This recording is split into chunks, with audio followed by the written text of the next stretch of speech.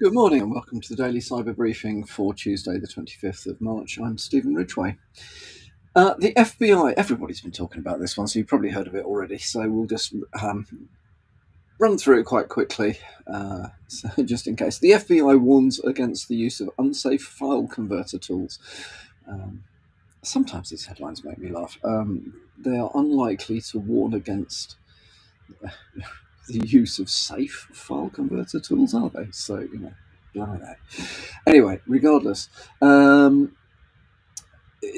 are various file converter tools out there which are known to either be malware or to have malware associated with them. File conversion tools are and remain reasonably useful, perhaps a little less useful than they used to be, seeing as most stuff is done sort of online these days in Office 365s and Google Suites and all sorts of the other tools, whatever it might be. However, there are times when you've got a PDF and you need to convert it into a Word doc, or you've got whatever and you need to convert it into something else. It's things like being able to rip music to MP4s or MP3s or videos to MP4s or these sorts of things, joining multiple JPEGs, so on and so forth. There are still things that people actually do on a computer and not in a browser. Although mostly you can do file conversion in a browser as long as you don't mind giving your file to somebody else, part of the process. That's an aside. Right, let's stick with this. Be warned, if you are downloading these things, go for well-known commercial tools. Don't download random stuff that you find on the internet because it sounds kind of cool and is free. I'm not going to go into much detail on this because the mitigation is mostly it's just like don't do stupid stuff. Public-facing Kubernetes clusters at risk of takeover via the Ingress Nginx flaw. So I'm not a Kubernetes expert by any manner of means. However, as most people in cyber are well aware of what Kubernetes does and a little bit about how it does it. One component of Kubernetes is designed to set up and configure Nginx clusters. The way that Kubernetes accepts the instructions is through Ingress components. The Ingress Nginx component translates the requirements from Ingress objects into configuration for Nginx. Now, you would think you would need to be very careful about presenting Ingress objects to the world. However, there are an awful lot more externally accessible Kubernetes Ingress components than you would expect. The key with this one is that between the Ingress object and the Ingress Nginx components, there's a lack of sanitization about what's being asked to be done. So the Ingress Nginx admission controller process is what should be checking that what's being asked for makes sense. However, what we discovered, or what Wiz, it's Wiz again, Wiz being bought for billions by Google, that Wiz has discovered that there are 5 flaws which can lead to malicious takeover of Nginx components in Kubernetes clusters. Patches are available, so if you are using Kubernetes to control Nginx clusters, definitely have a look at this. Some of the vulnerabilities are fairly high severity. I think the highest severity is rated at 9.8.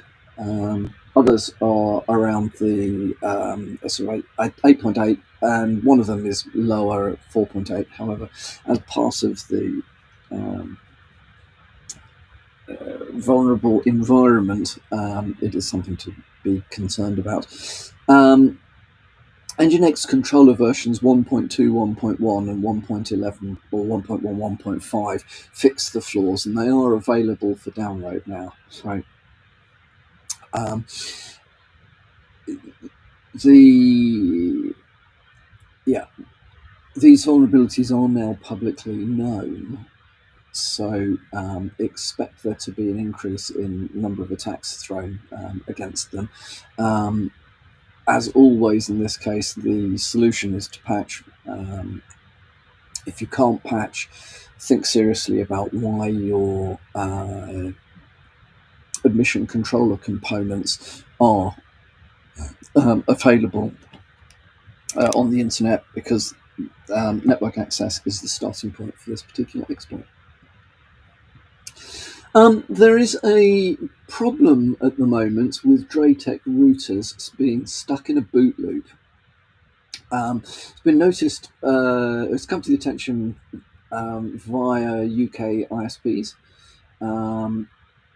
various UK ISPs that use DrayTek routers as part of the broadband service, so mostly affecting Soho type environments. There aren't many details that have been made available as to why the DrayTek routers are in a boot loop.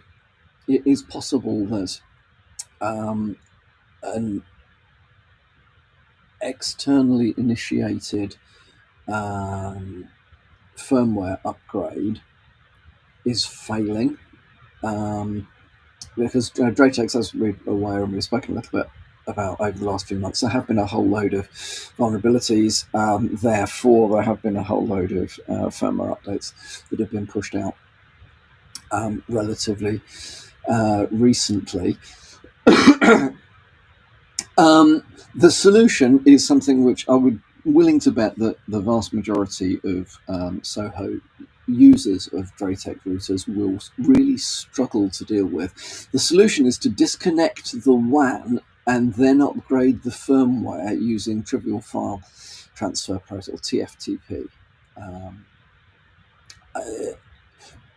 You could try the web UI from the inside of the router. They are definitely saying that shut down remote access to the outside of the router, including SSL VPNs, which can be run on these DrayTek routers. So it all looks like a bit of a mess. I will be interested to see whether your average user would work out how to upgrade a DrayTek router using TFTP without having access to the internet through the router. This one is going to go on. So not well done, DrayTek. And I suspect it's going to be your ISPs that will pick up the majority of the pain for this, because who are you going to call when your router won't work? Yeah, exactly. Anyway, so a bit of good news to finish with. The Linux people, or in fact Linux people, those of us that love Linux, will be excited to discover that Linux kernel 6.14 has been released. Various new things or improved things in there, including NT-Sync drivers, AMD XDNA accelerator drivers, enhancements to Intel and AMD processors, open source graphic drivers have got in there, and there is more integration of Rust components written in Rust into the kernel. I'm not going to get into that particular argument. That is, I think, as thorny as the Vi versus Nano argument in the Linux world. So yeah, if you are using Linux, various Linux distributions, expect to see the kernel upgrade coming through ASAP. Right, that's all from me for this morning. Hope you